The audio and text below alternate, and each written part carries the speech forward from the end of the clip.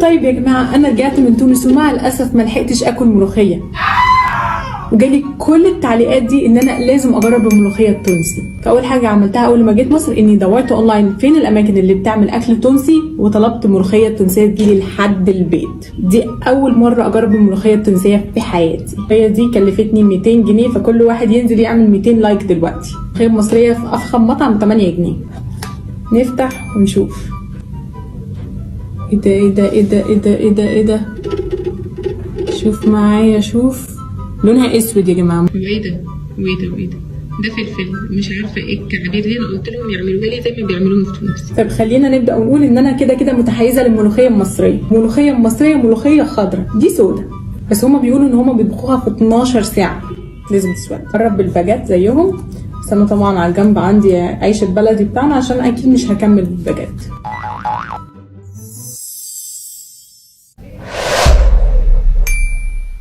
لا من قريب ولا من بعيد تشبه الملوخيه بتاعتنا. خلينا ندوق تاني.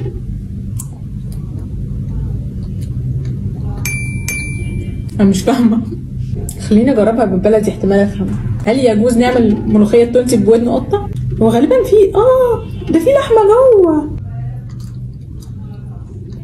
لا حلو حلو، بس مستحيل تقول انها ملوخيه. خلينا نشوف قرن الفلفل اللي جوه ده بيقول ايه. ده بقى احلى من الملوخيه.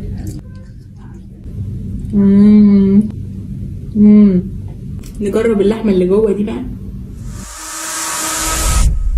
ترى اللحمه كمان بتقعد 12 ساعه بتطبخ مع الملوخيه ولا ايه؟ لحمه حلوه. روح اقول لماما بقى تعمل لنا ملوخيه خضراء نحل بيها. لايك وفولو بقى فور بارت 2 عشان اوريكم الفرق بين الملوخيه المصريه والملوخيه التونسيه.